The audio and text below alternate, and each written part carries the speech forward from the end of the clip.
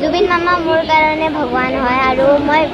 এতিয়ালৈকে বিশ্বাস কৰিব পৰা নাই কি জুবিন মামা আমাৰ লগত নাই। ভালতো লাগিছে কিন্তু অলপ বেয়াও লাগিছে মোক কিয় কি আমাৰ লগত মানে